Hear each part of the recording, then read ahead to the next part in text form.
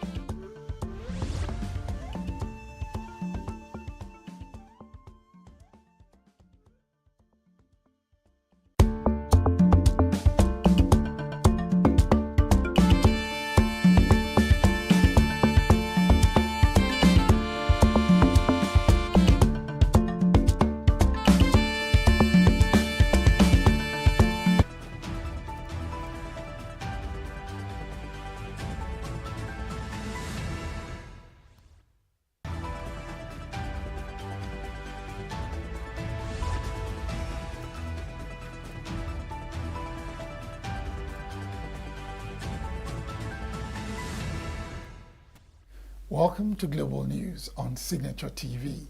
I am Barry Kumo Ado. In the headlines, Winfrey approves 75,000 naira minimum wage for Ebonyi workers. House of Representatives pledged legislative intervention on Abuja-Kaduna-Kano road projects. Georgian president rejects parliamentary election results.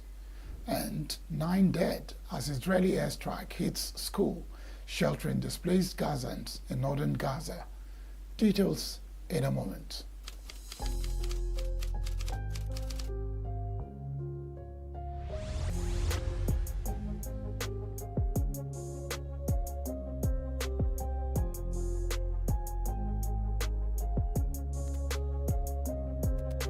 The governor of Ebonyi State, Francis Winfrey, has approved the payment of 75,000 naira minimum wage to civil servants in the state. The announcement is contained in a statement signed by Monday Uzo, Chief Press Secretary to the governor, in Abakaliki on Sunday. Winfrey said that implementation of a new minimum wage will commence on Monday, October 28, 2024. The governor said the decision followed a careful review of the current economic situation in the country, especially as it affects the workers. According to him, the least paid civil servant on grade level 2 would enjoy a full minimum wage of 75,000 naira, while from grade level 3 and above will get an increment of 40,000 naira across board. He also announced the appointments of Dr. Obina Ezenkwa and Uchenna Otu as general managers to pilot affairs of Umagara Pulverization Plant and a Zango Pipe Production Factory. He said the appointment was in line with the state government's desire to bring in expertise to drive the industries. He urged them to bring their expertise to bear in the service and called on stakeholders to support the new appointees to prosper the state.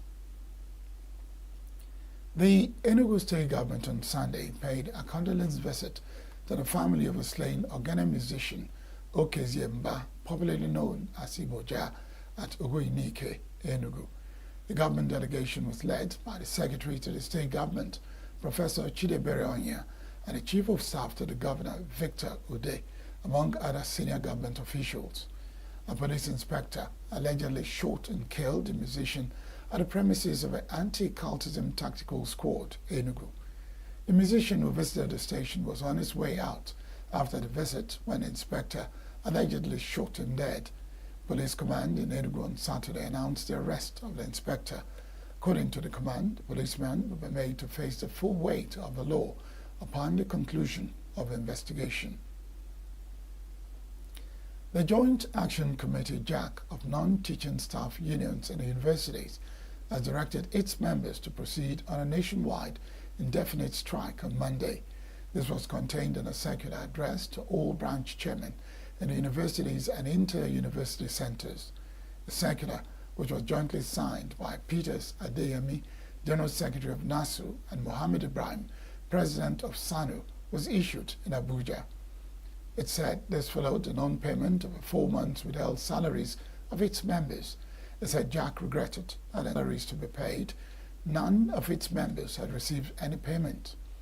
The JAC comprises the Non-Academic Staff Union of Educational and Associated Institutions, NASU, and Senior Staff Association of Nigerian Universities, SANU.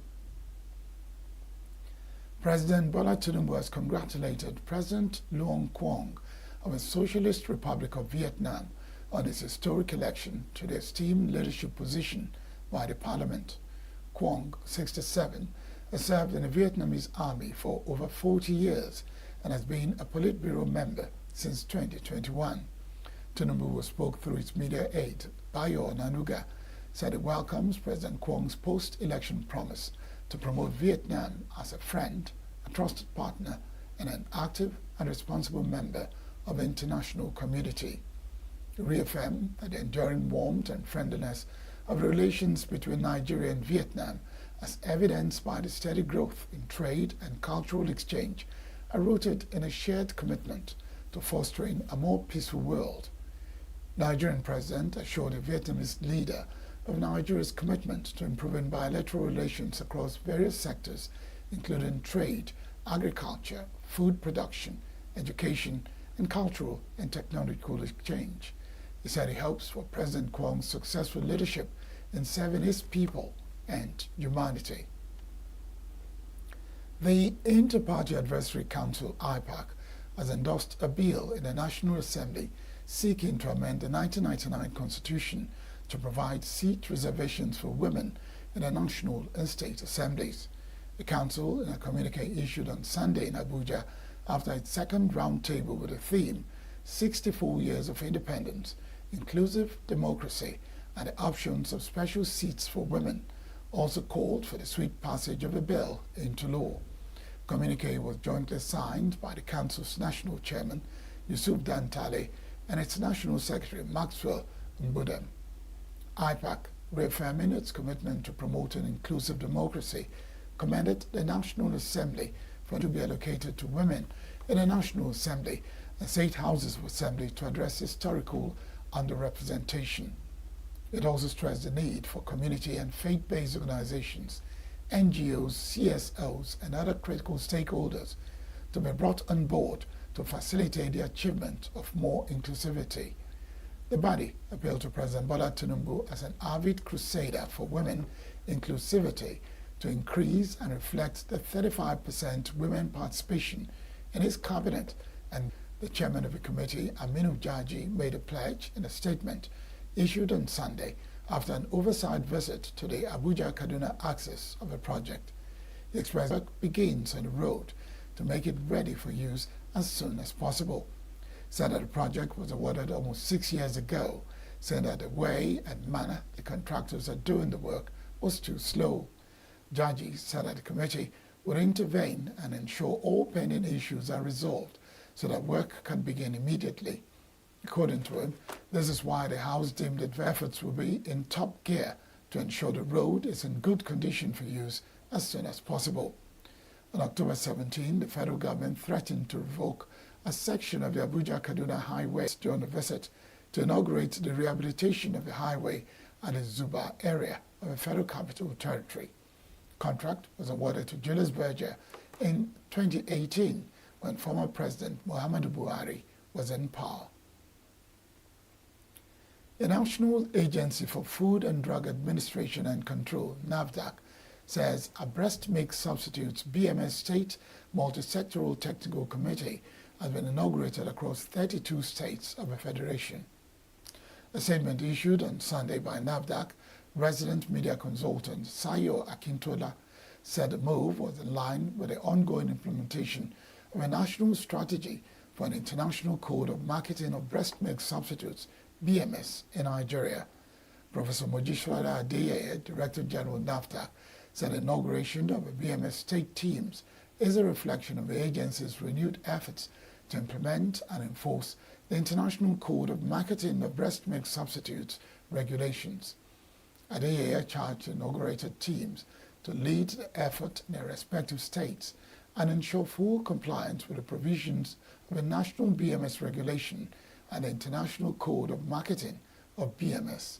She explained that the frameworks were crucial to protecting and promoting breastfeeding in Nigeria, a practice that played a significant role in improving the health and well-being of children and mothers. The DG said the undeniable benefits of breastfeeding necessitated the need for NAFDAC and other partners to come together to protect, promote, and ensure the provisions of international and national BMS regulations are effectively implemented, monitored, and enforced. Up ahead, calls for Tinubu to step down as Petroleum Minister persist.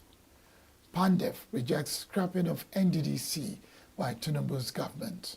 Stay with us.